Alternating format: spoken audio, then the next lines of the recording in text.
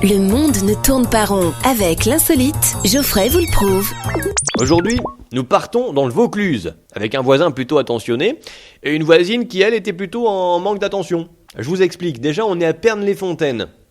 Bon, on s'en fout, mais ça situe. Et la situation est assez drôle.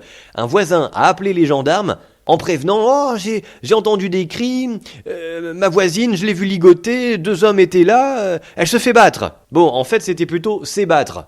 Alors, il y a plus romantique, je vous l'accorde, mais elle préférait les cordes. Elle était donc bel et bien ligotée sur sa chaise, 2 hommes étaient bien là, à donner des coups de fouet, mais elle était parfaitement ravie. Elle prenait son pied, de chaise donc, et ça donnait quelques plaisirs coquins qu'on ne jugera pas. En tous les cas, celui qui a eu un coup de mou, c'est notre voisin, il aurait eu besoin lui d'un bon coup de fouet, enfin au figuré bien sûr, et pas en pleine figure, vous suivez. Et comme apparemment le son était trop fort, les gendarmes ont donné une leçon de discrétion à la bonne dame, qui elle, s'y rougissait, c'était pas de honte, non, c'était juste des fesses. Tout allait bien. Elle a même invité le voisin. Non, je déconne. Faut pas pousser non plus. Du coup, j'ai changé ma sonnerie de portable. J'ai toujours bien aimé ma voisine ligotée en plein cœur de son jardin. Plein vue sur l'arrière-train et les fesses qui rougissaient à mesure des coups de fouet.